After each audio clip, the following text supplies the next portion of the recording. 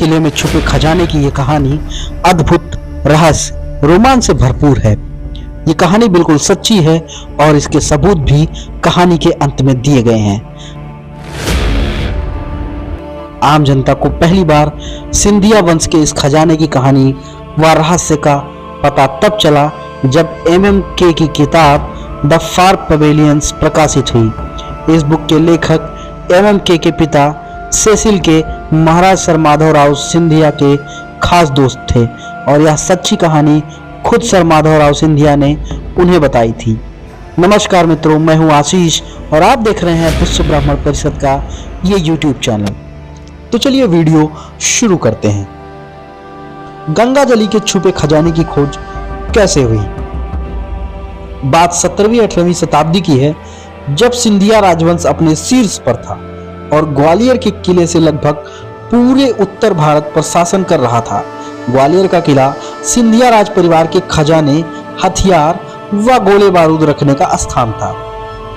कई पीढ़ियों से ग्वालियर किले में खजाने का कुछ हिस्सा जमीन के नीचे बने गुप्त खानों में रखा जाता था, जिसका पता सिर्फ राज दरबार के कुछ खास लोगों को था।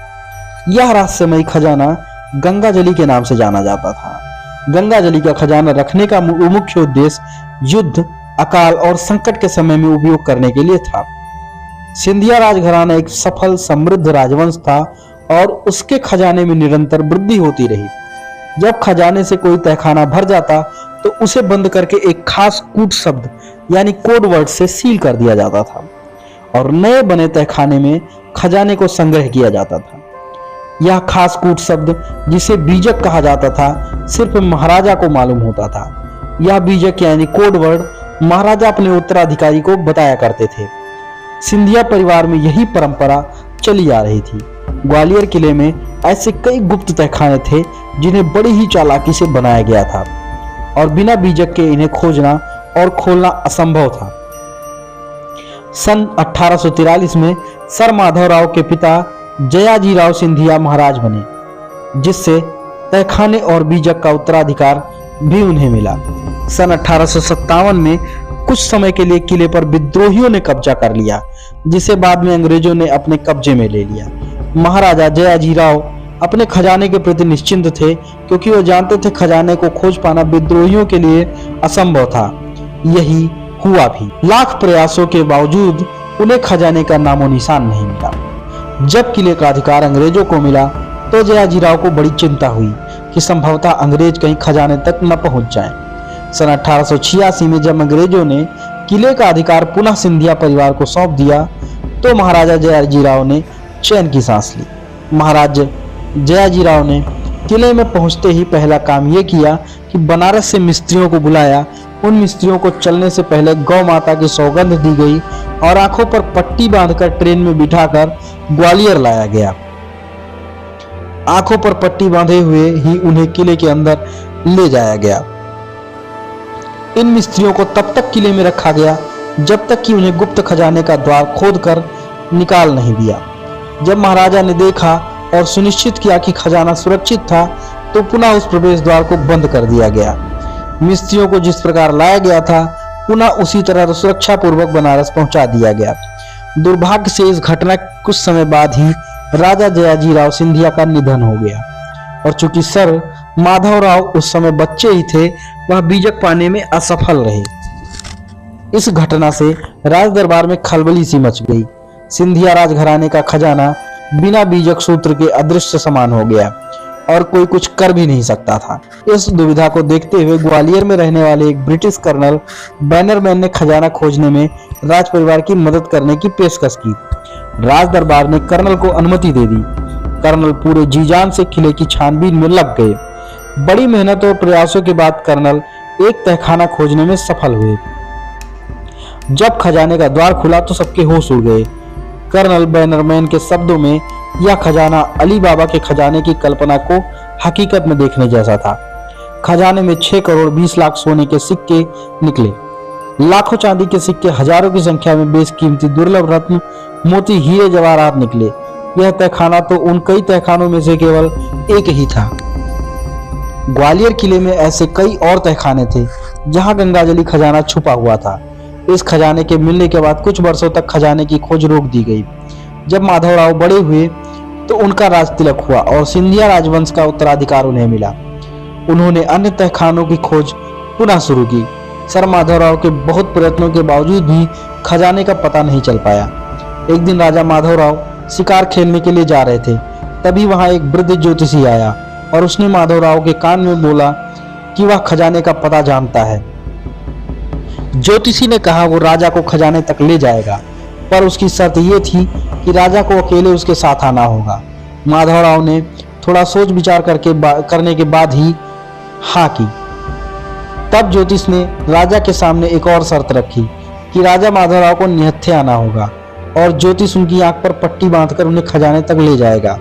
माधवराव यह शर्त भी मानने को तैयार हो गए, पर एहतियात के तौर पर वह एक हथियार अपने कपड़ों में छिपा ले गए। किसी अनिष्ट की आशंका से बचने के लिए किले के सारे दरवाजे बंद कर दिए गए थे और किले के भूमिगत तलों से खजाना खोजकर वापस आने तक किसी भी बाहरी व्यक्ति का किले में प्रवेश वर्जित था। ज्योतिषी राजा माधवराव को किले के अंदर कई गुप्त रास्तों से ले जाते हुए आखिरकार खजाने तक पहुंचा दिया। तहखाने के भीतर जाते हुए राजा माधवराव को ऐसा लगा कि कोई तीसरा व्यक्ति भी उनके साथ साथ पीछे चल रहा है। जान का खतरा समझकर उन्होंने अपना हथियार निकाला और ताकत से प्रहार कर दिया। यह सब कुछ सेकंडों में हो गया। माधवराव को बस इतना आभास हुआ कि दिया गिरा, लौ बुझ गई और उनके प्रहार से किसी इंसानी खोपड़ी में चटकने की आवाज आई। बदहवास माधवराव तेजी से बाहर भागे। जो भी रास्ता उन्हें सही लगा पकड़ते हुए भागते हुए माधवराव उस जगह पहुंचे जहां उनके विश्वस्त लोग और उनके सैनिक बेचैनी से उनका इंतजार कर रहे थे। बाहर आने के थोड़ी देर बाद जब माधवराव इस दहशत से कुछ उभरे तो उन्हें ऐसा विचार आया कि संभवतः उन्होंने अपने कदमों की प्रतिध्वनि ही सुनी थी और असल में उनके पीछे कोई भी नहीं था। साथ ही साथ गलती में उन्होंने उस वृद्ध ज्योतिषी पर ही हथियार चला दिया था। राजा माधवराव को विश्वास था कि वो पुनः उस खजाने तक पहुंच सकते हैं, परंतु उनका यह विश्वास गलत सिद्ध हुआ और अगले कई सालों तक किले को छान मारने के बावजूद माधवराव उस तहखाने तक वापस नहीं पहुंच पाए। अपनी असफलता से निराश होकर माधवराव ने खजाने की खोज बंद कर दी, परंतु माधवराव के भाग्य का सितारा भी चमकने वाला था। एक दिन माधवराव अपने किले के एक पुराने गलियारे से गुजर रहे थे। उस रास्ते की तरफ कोई आता जाता नहीं था। उस रास्ते से गुजरते हुए अचानक माधवराव का पैर फिसला। संभलने के लिए उन्होंने पास के खंभे को पकड़ा। आश्चर्यजनक रूप से वह खंभा एक तरफ झुक गया और एक गुप्त छुपे हुए तहखाने का रास्ता खुल गया। माधवराव ने अपने सिपाहियों को बुलवाया और तहखाने की छानबीन की। उस तहखाने से माधवराव सिंधिया को 2 करोड़ चांदी के सिक्कों के साथ साथ अन्य बहुमूल्य रत्न मिले। इस खजाने के मिलने से माधवराव की आर्थिक स्थिति में बहुत वृद्धि हुई। वर्षों की हताशा और बुरे अनुभवों से शिक्षा लेते हुए सर माधवराव ने यह निर्णय लिया कि वो कभी भी अपने धन को इस तरह गुप्त रूप से नहीं छुपाएंगे। राजा माधवराव ने अपने खजाने को रुपयों में बदला और मुंबई लाकर उद्योग जगत की कई बड़ी कंपनियों में निवेश किया। अब यदि बात करें गंगाजली के खजाने की खोज और टाटा समूह में इसके निवेश की, तो सन 1920 में उस समय टाटा ग्रुप की आर्थिक हालत कुछ खास अच्छी नहीं थी और कंपनी संघर्ष के दौर से गुजर रही थी। टाटा समूह के प्रबंधकों ने राजा माधवराव से आर्थिक सहायता का निवेदन किया। इसके जवाब में राजा माधवराव खुशी से सहायता करने को राजी हो गए। इससे माधवराव और सिंधिया राजघराने टाटा समूह के सबसे बड़े निवेशकर्ताओं में से एक बने और टाटा कंपनी के एक बड़े हिस्से के मालिक भी। टाटा ग्रुप में निवेश इस कहानी के सच्ची होने का सबसे बड़ा प्रमाण है। ऐसा माना जाता है कि आज भी ग्वालियर के किले में गंगाजली खजाना छुपा हुआ है। संभवतः राजा के उत्तराधिकारियों ने भी कुछ तहखानों की खोज की हो और शायद सफल भी हुए हों, परंतु इस घटना के अतिरिक्त किसी अन्य घटना का कभी खुलासा नहीं हुआ। सिंधिया परिवार के गंगाजली खजाने का रहस्य आज भी बरकरार है। वैसे तो पुराने किलों और स्थानों के बारे में ऐसी कई कहानियां हैं, जैसे कि यह माना जाता है कि चंद्रगुप्त का गुप्त खजाना भी बिहार में कहीं छुपा हुआ है, जिसे चाणक्य ने अपने बुद्धि कौशल का उपयोग करते हुए और बौनों की सहायता से कई स्थानों पर गुप्त तहखाने बनवाकर छुपाया था। सिंधिया राजघराने के गुप्त खजाने की कहानी प्रामाणिक होने की वजह से सच्ची जान पड़ती है। बाकी खजानों के बारे में क्या ही कहा जा सकता है। आपको यह वीडियो कैसा लगा? यदि अच्छा लगा हो तो कृपया वीडियो को लाइक करें, ज़्यादा से ज़्यादा शेयर करें और कमेंट करना बिल्कुल ना भूलें। मिलते हैं फिर कोई नई वीडियो में, तब तक के लिए हर हर महादेव, जय सिया राम।